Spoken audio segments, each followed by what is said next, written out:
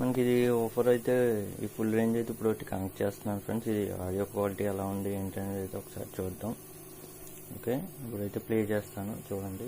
ఇప్పుడు ఈ 4" full range offer అయితే మీకు ఆన్లో ఉంది.